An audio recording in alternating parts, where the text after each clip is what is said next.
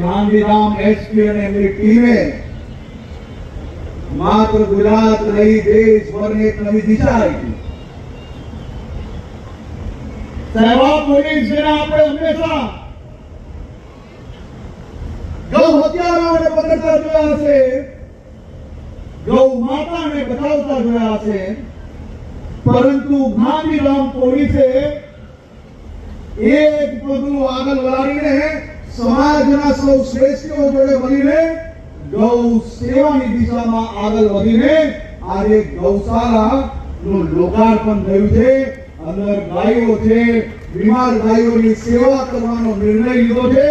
હાલમાં 50 થી વધારે ગાયોની વ્યવસ્થા કરવામાં આવી છે અને આ ગાયોની સેવા કરતા આ ગાંધીધામ પોલીસ યુનિટ દ્વારા આ વ્યવસ્થાનો વધારો કરવાની વિચારણા કરી છે.